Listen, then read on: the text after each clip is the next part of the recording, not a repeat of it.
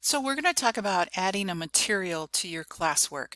So under here, once again, you go to Create and you're going to click on Materials. So materials are things that students cannot manipulate in any way, shape, or form. So if you have your syllabus, you might want to put it in a material.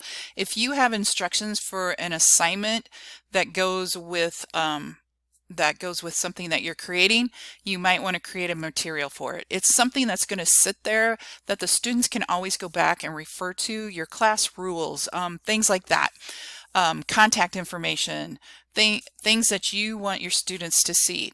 So you can create a material and it works just the same as everything else. You type in your title, you can add it from your Google Drive. I'm going to add that document one more time. It's the same document.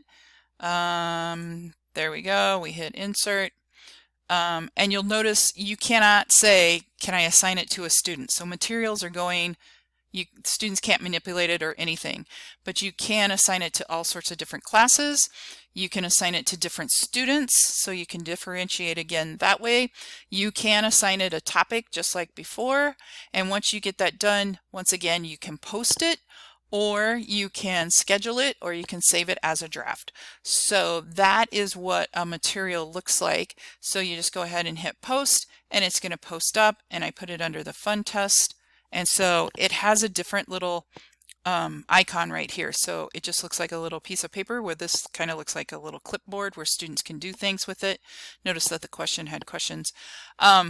So that's what a material is.